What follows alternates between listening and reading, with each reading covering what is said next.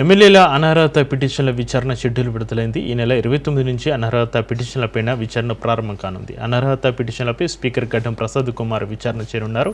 ఈ నెల 29న ఉదయం 11 గంటలకు ఎమ్మెల్యే ప్రకాష్ గౌడ్ను విచారించనున్నారు. 12 గంటలకు కాళే యాదయ్య, 1 గంటకు మహిపాల్ రెడ్డి, మధ్యాహ్నం 3 గంటలకు బండ్ల కృష్ణమోహన్ విచారణకు హాజరు కానున్నారు. ఇక అక్టోబర్ 1న మరోసారి విచారణ కొనసాగనుంది.